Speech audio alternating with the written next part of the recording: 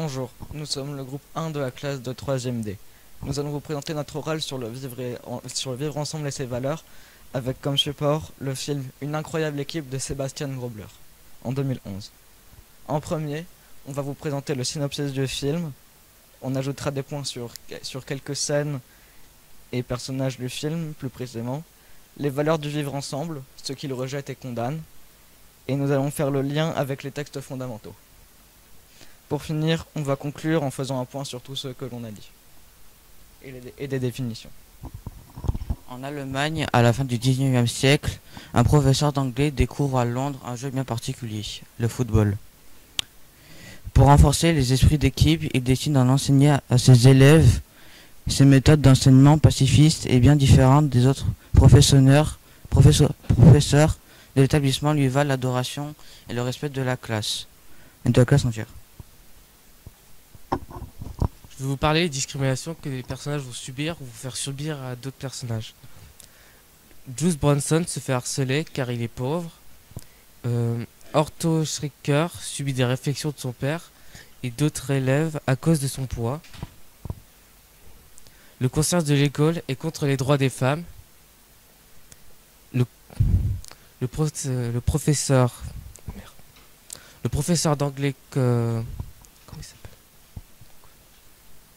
Le professeur d'anglais Conrad Koch, quand le professeur Koch arrive, les élèves commencent à se serrer les coudes grâce à leur apprentissage de football et de l'esprit d'équipe en général. Mais ils pensent que Koch veut leur apprendre à rejeter toutes les racines allemandes et les insulter insulter un blessé de guerre. Sans Koch, qui ne leur enseigne plus le football, le groupe Sans Koch, qui ne leur enseigne plus le football, car il n'est pas exaucé auprès du soldat ou du professeur d'histoire, les choses redeviennent compliquées entre eux. On a conclu qui fait avancer les élèves vers l'avant. Maintenant, on va vous parler de Félix Antoum. Félix est le délégué de la classe. Au départ, il harcèle Just et est heureux quand il est puni ou qu'il le punit lui-même, et quand il est menacé. De renvoi. Il est exclu de la classe car il ne joue pas au football. Mais quand il tombe amoureux de Rosalie, une domestique de sa maison qui se fait renvoyer à cause de lui, et qu'il la rencontre dans le parc où les autres élèves jouent au football, elle dit qu'elle trouve le jeu extraordinaire. Pour lui faire plaisir, il se joint aux autres, il se rapproche de Rosalie et se rapproche de sa classe. Ensuite, il ira même à résister à son père, qui le bat pour savoir ce qu'il fait de ses après-midi, et s'enfuir et prévenir les autres élèves du danger au parc. Il devient ami avec Just. Je vais vous parler du vivre ensemble et sa définition. Ce qu'elle rejette, c'est le fait d'exprimer les liens pacifiques avec un groupe ou des personnages d'un groupe. Le vivre ensemble rejette et condamne toute forme de discrimination, harcèlement, sexisme, racisme, ces trois-là représentés dans le film. Et antisémitisme et homophobie. Antisémitisme et homophobie. Je vais vous présenter deux articles de textes fondamentaux avec leur application dans le film. L'article 1 de la Constitution française. La France est une république indivisible, laïque, démocratique et sociale. Elle assure l'égalité devant la loi de tous les citoyens, sans distinction d'origine ou de religion.